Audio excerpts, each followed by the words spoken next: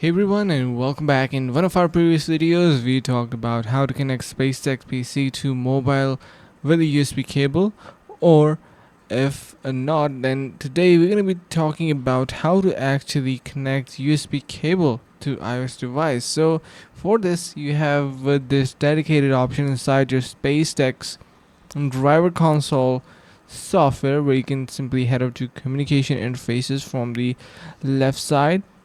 Once you're there, you can see you have all the USB settings. Then you need to head over to USB cable iOS. In case of iOS USB cable issues, you are going to be trying original USB cable from Apple. Make sure that it is Apple certified, and you will have your SpaceX connected to your PC. Basically, the PC version connected to your iPhone. So this is how simple it is, and I hope this is going to be helping you guys out.